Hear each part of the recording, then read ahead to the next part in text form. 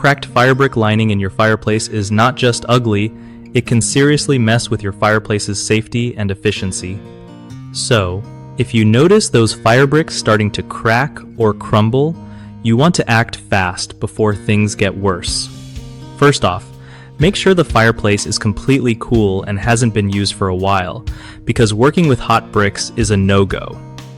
Grab some protective gloves and goggles since dust and debris can be a pain.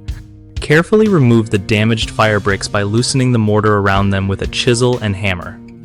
Go slow so you don't damage the surrounding bricks. Clean away any old mortar and dust so the new bricks stick properly. When buying replacement firebricks, choose ones made specifically for high heat resistance to keep your fireplace safe and efficient. Mix up some high-temperature refractory mortar. This stuff can handle the heat without cracking. Press the new bricks into place, making sure they fit snugly and the mortar fills all gaps. Then let everything cure for at least 24 hours before using the fireplace again. One of the biggest mistakes people make with fire brick repair is ignoring small cracks until they turn into bigger problems that cost way more to fix.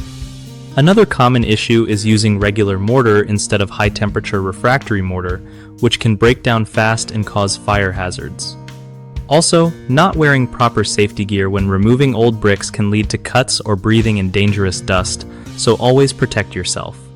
BigHomeProjects.com makes it super easy for homeowners to connect with trusted local contractors who know their way around firebrick repairs and other home projects. Plus, contractors get a steady stream of work from folks who need reliable help, making it a win-win for everyone.